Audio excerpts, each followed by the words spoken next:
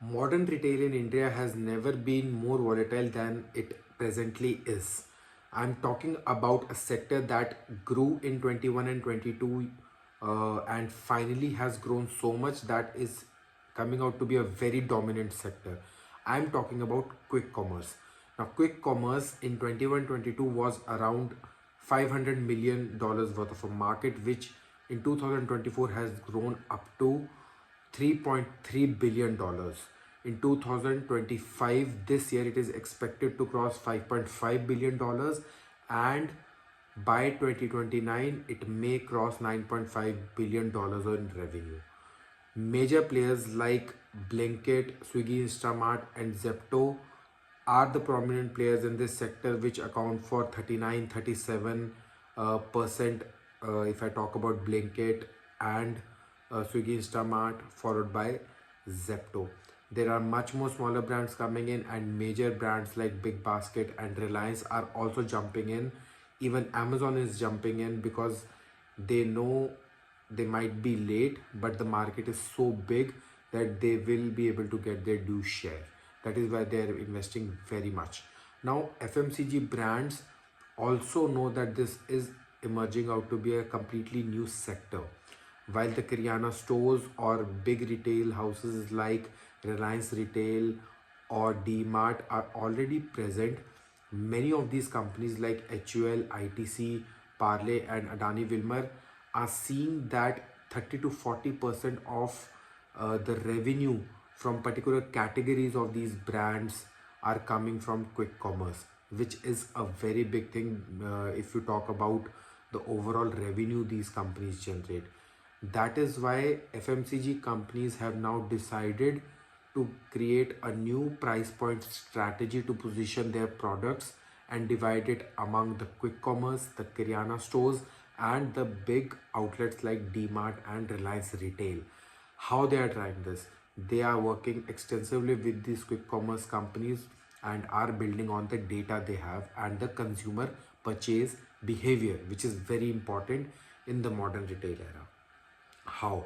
These companies found out that people who use quick commerce tend to buy products, or their basket size is much more than when they buy from a kirana store. So they are trying to find a middle ground between the kirana stores and big stores like DMart, where the products will be much higherly placed in pricing than the kirana stores. So let's say a pack of Parle G biscuit worth 10 rupees that was selling on quick commerce will no longer be selling on quick commerce as 10 rupees pack. They will introduce a new packaging with new pricing between 50 to 100. So basically they are dividing their price points based on the channel they want to sell their products. So for example, that same Parle G biscuit, if it is under 30 rupees in terms of the packaging, then it will be found only in the kirana stores. The new introduction of a new pack that might cost rupees 80 will be on quick commerce sites like Zepto, Blinkit and Swiggy Instamart, right? And something that is above 100, ranging between 100 to 150, will only be found on Reliance Retail or DMart. So the companies are trying to differentiate their products based on pricing, based on different channels.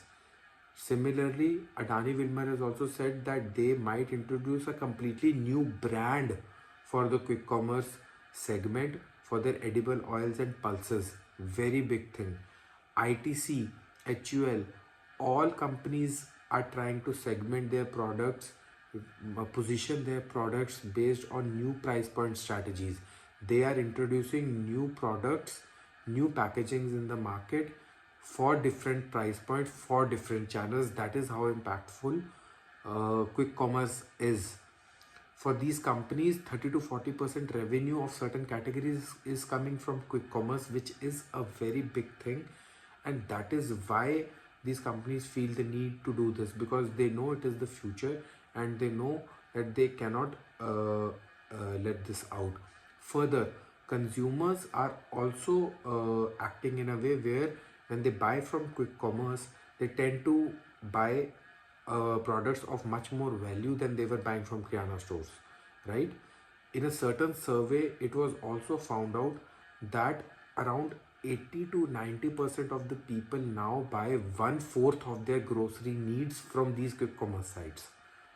Also, whatever they buy, they usually buy worth of 1 month of supply. So basically, they are already buying in bulk. That is why these companies thought that okay, let's introduce the packaging worth more than their smaller packages, right? Because already the data shows this, that they buy products of more value that would remain with them for more time. So consumer behavior is also very important, right?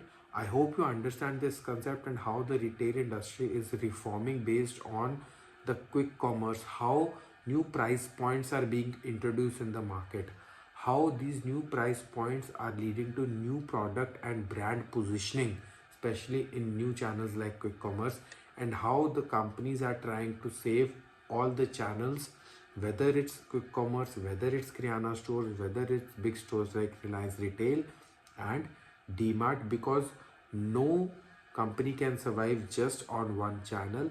And whether it's about penetration, whether it's about the product availability, you cannot take away the brick and mortar stores from the equation in retail. If a brand is just an online brand, it will always want to be in brick and mortar format also. And if a brand that has been only in brick and mortar format will always want to be in e-commerce also, because they want to levy on both channels, and you cannot undermine one because of the other. Each channel has its own importance, and these FMCG brands know this, right? I hope you like this video. Like, subscribe, share, and please take care of yourself. Thank you.